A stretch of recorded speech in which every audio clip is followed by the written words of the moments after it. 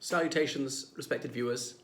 I am George from Ireland, and this video is a review of 10 Days That Shook the World by John Reid. So I first heard about this book when I was an adolescent, and it was, well, a bit over 70 years since it had been published when this book was mentioned to me, because I was scintillated by the October Revolution, about from the age of 7 when I first heard about it. But anyway, John Reid is a fascinating character, and he was an American who was involved in the October Revolution, mainly as an observer, but somewhat participated in it. So he came from Oregon. He attended Harvard University, and he became a journalist as soon as he graduated, reported on the Mexican-American War, so he was a very experienced war correspondent.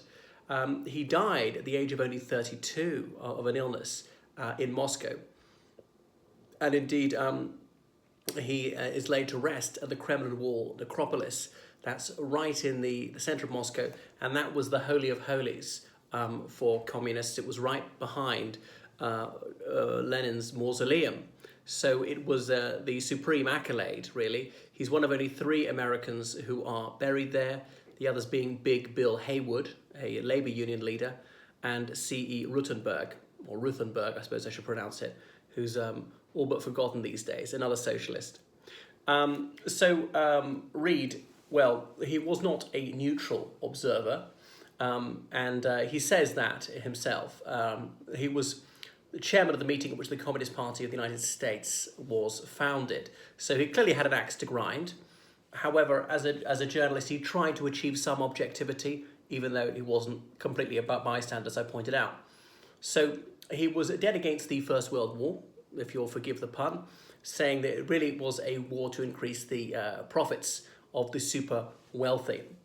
And he'd long had a great deal of empathy for the working class of all countries, and felt that they were ground down by a vicious cycle of low wages, of high prices, of forced to accept dreadful conditions because otherwise you'd be out in your ear. And an exploitative job is better than no job at all, and that's why the wealthy didn't want there to be any welfare, because then the working class would be petrified of losing their situation, as in they just have to stay in a job no matter how dreadful it is. So John Reid was adamant that the United States ought to stand aloof from the First World War, and indeed tried to bring the two sides to bury the hatchet. Didn't happen. So Reid was here in Russia in the First World War. Well, October 1917. By that time, he'd arrived in St. Petersburg, or as Petrograd as it was then called. Remember, at that time it was the capital of the Russian Empire, or Russian Republic, as it became in February 1917. So Reid spoke fluent French. He spoke fairly good Russian too, and the Russian upper class tended to speak good French. And they weren't very much into learning English in those days. The Romanovs, they spoke English, and so did Lenin, actually. He'd spent a few years in London. Like when Bertrand Russell met him in 1920, he said that Lenin was able to hold forth on complex topics for an hour.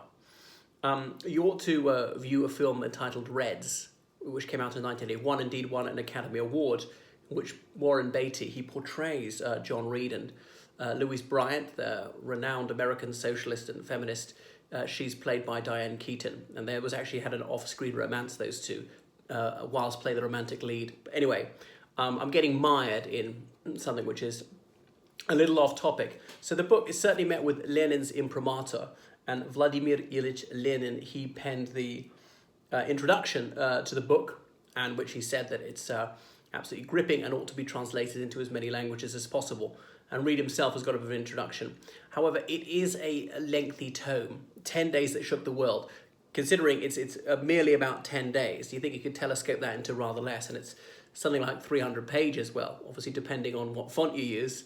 Unless you don't know very much about Russian history at the time, I would suggest you skip over the first 50-odd pages, because it simply goes into excessive depth about the minutiae of Russian politics, and giving you the background. Now, someone like me, quite well versed on Russian history, could happily omit that bit.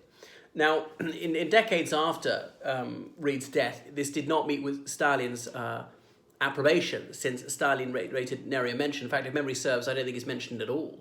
No, he is one, sorry. On a list as he's People's Commissar of the Nationalities, as in the ethnic minorities in the Russian Empire.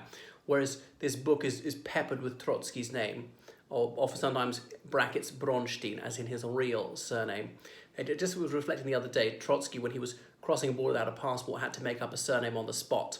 And he came to mind that he had a jailer named Trotsky, so picked that one. I wonder whether it was a quip on Bronstein's part, because of course that surname it's lost a diphthong somewhere. It would have been Troitsky, as in of the Trinity. And Bronstein being of a Jewish background, I wonder if he was playing a joke on Christians with that. Anyway, although I find this a very gratifying read, I can't say it's a page turner, certainly in places.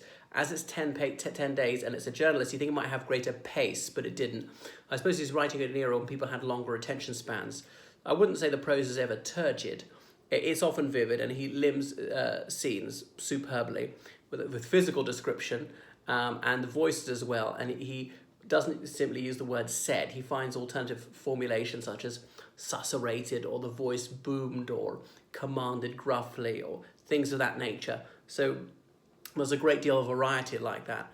As I say, he spoke French, and occasionally he records himself having had conversations in French with Russian army officers and the like, and slipping in words like canaille, as in blackguards, about people they disapproved of.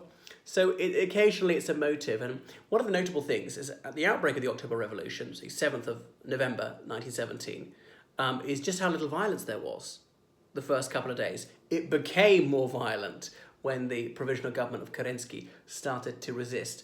So it acknowledges the confusions, the complaints, the moral ambiguities of this revolution. It does have some riveting passages, as well as got obviously plenty of first-hand sources, documents, some of the decrees on land, decrees on peace, and so on. And it was later made into a film by Eisenstein about 10 years after the October Revolution, entitled just that, 10 Days That Shook the World. And why did he give it that title? Well, obviously it's from the 7th of November for the next 10 days or so on, by which time the Reds, that's the Bolsheviks, had seized control of Petrograd, and indeed fighting had started in Moscow. And that's it. And the rest is history, as though it was an ellipsis, because by the time he died, the Russian Civil War was far from over. The Reds, that's Bolsheviks or communists, they'd got the upper hand, but it wasn't certain they were going to win. We now know that they do.